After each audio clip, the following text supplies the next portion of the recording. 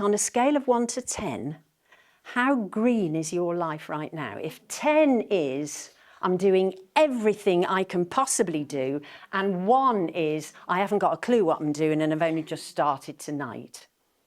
But it's right, I'm not going to ask you to reveal yourselves, just think about it.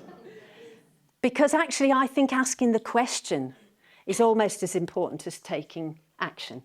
So we've got to be asking these questions all the time at the moment, both of ourselves and of anybody else that we're talking to.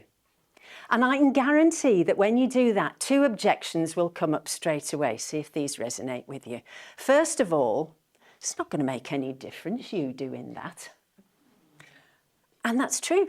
It won't. If I do something, it will make a microscopic difference to the planet. But if I do something and you do something and all them out there do something, then we can make some change. The second objection will be, it's not me, it's big business and it's government and they've got to change. And of course, that's also true. But we're part of that because we buy from big business and we vote in governments and we do have a voice. And we also, most importantly, we have buying power. And we need to be using that buying power to make clear what we'll accept and what we won't accept. And I think, sadly, the days when we could cherry pick which of those things do we want to do, I think those days are gone. We've now got to do everything we can possibly think of. So if you're going up to Parliament to demonstrate against the oil and gas industry, then you take your Forever cup and you go on the train and you don't buy your lunch in a plastic container from the Pret. And I think these are habits. It's a lifestyle change and a mindset change that we've all just got to get into. So how did I get into this? Well, it started for me back in the early 70s when I read a book by James Lovelock called The Gaia Principle. Anybody read it? It was a life-changing moment for me reading that book. What Lovelock was saying, he's a scientist and inventor, and what he was saying is that life and the planet are interconnected, and that when we work in harmony, then the whole system is healthy, and when the system is healthy, then the individual can be healthy. Now that made absolute sense to me because at the time I was a biology teacher. Full disclosure, I was a terrible biology teacher. I was awful, and I'm not being coy. I didn't like going back to school. I didn't much like classrooms full of kids, and I didn't go much on biology, honestly. So it was a match made in hell for me. But some of that learning has always stayed with me. And one of the things was, of course, symbiosis, which is what Lovelock was talking about, that life lives in harmony and works together and supports itself. And then when it's in balance, we're all fine. But the real kicker in Lovelock's book was when he started to say that humanity is losing track of harmony. And it's losing their understanding of interdependence. And it is fast becoming a planetary cancer. Oh God, that got me. Because I also remembered my learning about parasites. And I'm sure you all know this, but this is what you had to do when you were a biology teacher. That the parasite is totally dependent on its host for everything. The terrible thing about parasites is they don't seem to have understood that. So they just keep going, taking from the host without any concern at all for the health of the host, until the moment comes, the ultimate moment, when the host just can't take it anymore and dies. And it's like the parasite is left thinking, now what am I going to do? Well, we know what's going to happen. It can't survive without the host. It sounds awfully familiar to me with the way that we lived. So at that moment, I remember it distinctly. I thought, I have to start living more lightly on this earth and not be a planetary cancer. I would love to tell you that I turned it all round within weeks. And of course, that would be a complete fabrication. I'm still working on it now, and this was back in the 70s. So what I learned was you can't take it on all at once. If you try to, you'll go bonkers. That you've got to go for one thing, learn about it, integrate it into your life, get it under your belt, and move on to the next thing. So what are some of the things I've done? And then you can tell me in the small groups what you've done. Well, I am an absolute plastic vigilante. My family will tell you that, and those that know my family, Johnny over there. I am a plastic vigilante. I started with recycling, like we all do, and then I went to a council meeting in St Albans. It was when they were going to declare a climate emergency, so I went in support. And while we were waiting, there was a report given about recycling. And it was good news, and everybody was very pleased because St Albans was the best council in the whole of Hertfordshire because we were recycling 40% of the stuff that went in the recycling bins. Everybody was very pleased, but you know where my mind went, don't you? I'm thinking 60% of everything I put in that bin is going to landfill. At that moment, I decided I'm going to have to stop using plastic wherever I can. Now, that's an ongoing journey. I'm going to be doing that till the day that I pop my clogs for sure. One thing I've learned as I've gone through all of these greening exercises in my life is that you have some real adventures along the way and you meet some really lovely people. So one of my favourite things at the moment is when I go to the supermarket, I go to the deli counter with my box and the lady or gentleman behind the counter says, half and half. They know me so well now. They know that half of my box is filled with garlic stuffed olives and the other half is chilli olives. Apparently, one of the guys told me they call you the olive lady back there. And one of them said to me a couple of weeks ago, your husband came in the other week, didn't he? I said, well, that's terribly impressive that you know my husband. She said, I don't know your husband. I know the box. Flying is something I did for far too long. I had to travel for work and we had some great holidays and I somehow managed to explain it to myself so I could continue until we were going down a river in Borneo looking for orangutans in the trees. And I thought, what am I doing? I've flown all the way here to see them while I can. So I won't fly anymore. I think the flights need to be saved for those that need them and for the young so they can see this wonderful planet and understand what it is they have to protect. But trains are amazing. We've had some great train journeys. We did one trip from London to Athens through Eastern Europe. And I'll always remember the little Romanian boy who came to visit us in our old-style carriage on the leg from Sofia to Thessaloniki. He crept in to see us.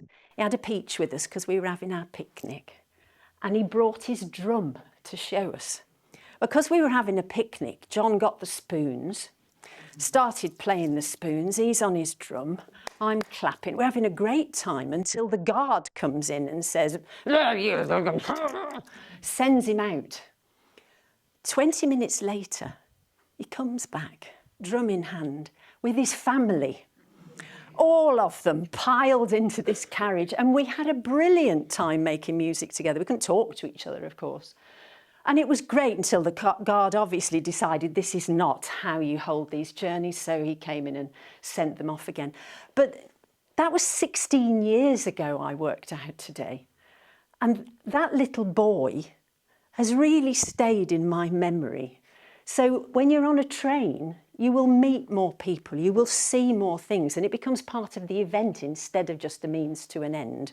And you meet little Romanian boys. That's wonderful. Then there's investment. I hate doing that one. I don't like dealing with money. But that moment when you recognise that I will do anything to stop the oil and gas industry, but any money I've got invested is supporting them, and my bank is supporting them.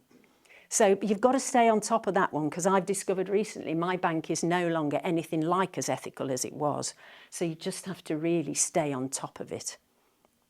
Then, of course, there's food. If we all cut out some animal-based meals every week, we would make an enormous difference. Part of that biology teacher training was, in their wisdom, they took us all on a tour of an abattoir. So I have been a vegetarian for over 50 years. But when we decided to go vegan, it wasn't a very big shift for me. It was a big shift for my husband, who likes meat, but he has become a climate vegan. Well, I say that. 90% climate vegan, 10% half-arsed, excuse my language.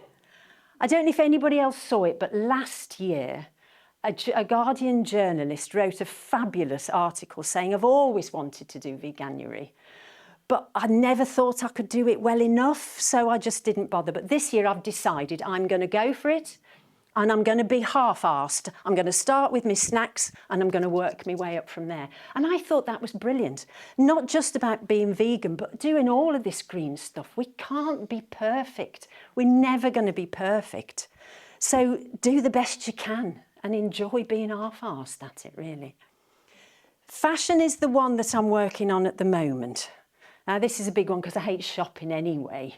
So trying to get my head round how I do it for preloved and using the clothes in, all of the clothes in my wardrobe instead of this many. Does everybody else do that? You've just got the few that you always go to, and there's all the peripheral ones you never look at. New jacket, vintage, internet, second-hand, preloved. I'm getting there, I'm learning.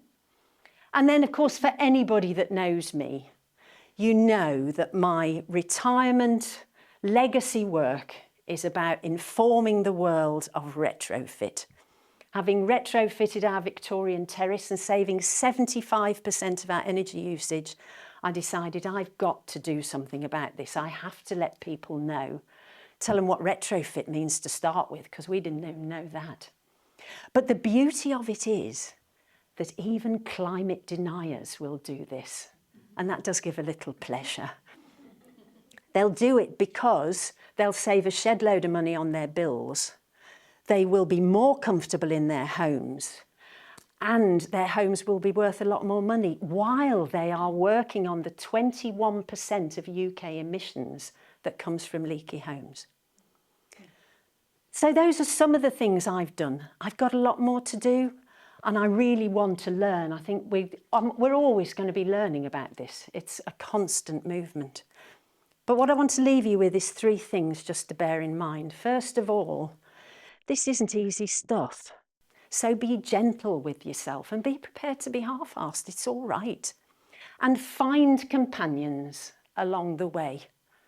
I remember a time sitting talking with other people who were into retrofit, and that feeling of relaxation. Oh God, I can just talk about insulation for as long as I like, and they're going to be all right. So your companions are really important people. Secondly, there will be people who tell you you're daft, that you're silly to do this, that it isn't a problem, there isn't climate change, and you won't make any difference. You've got a call to make. Do you tell them that you don't agree and you have the conversation? Or do you just say, well, it's up to you, but this is what I'm going to do? And sometimes you'll do one and sometimes you'll do the other. The third thing, and I haven't cracked this one yet, is I think we must start being more emotional about this. Decisions have been made over the last few years that have gone with the argument that has been really emotional, when the argument that has been rational and logical hasn't made an impact. And I suspect, I am worried that we're going the same way with climate. When we talk to people about climate, we talk science, we talk data, we talk statistics. And of course we do, because it makes sense. And it's all there for everybody to see. But it's mostly been there for everyone to see since the early 70s, and we're not getting through. And somehow emotion does it. So I would encourage you to think about, what is it that really makes you want to live green? What got you here tonight? And be prepared to talk about it. For me, ever since the 70s, it's been the kids. It's been the little kids then, it's the grandkids. And I don't think it matters whether we've got children or not. I think as the adults now, we are here as guardians of the planet, and we need to leave it in a way that we can hand it on to these children. And I just want to know, when I get onto my deathbed, and this is where I probably start losing it, I need to know that I've done my best. And I think finding, what is it for you? What would you talk about? What would you be willing to share with people? Because we have to persuade people that they are living on this perfect, brilliant host, the planet, and that we've got to play our part, and that we have to come into harmony so that we're interdependent and we're looking after the health of each other and life and the planet. And I think the key is through our hearts. Thank you.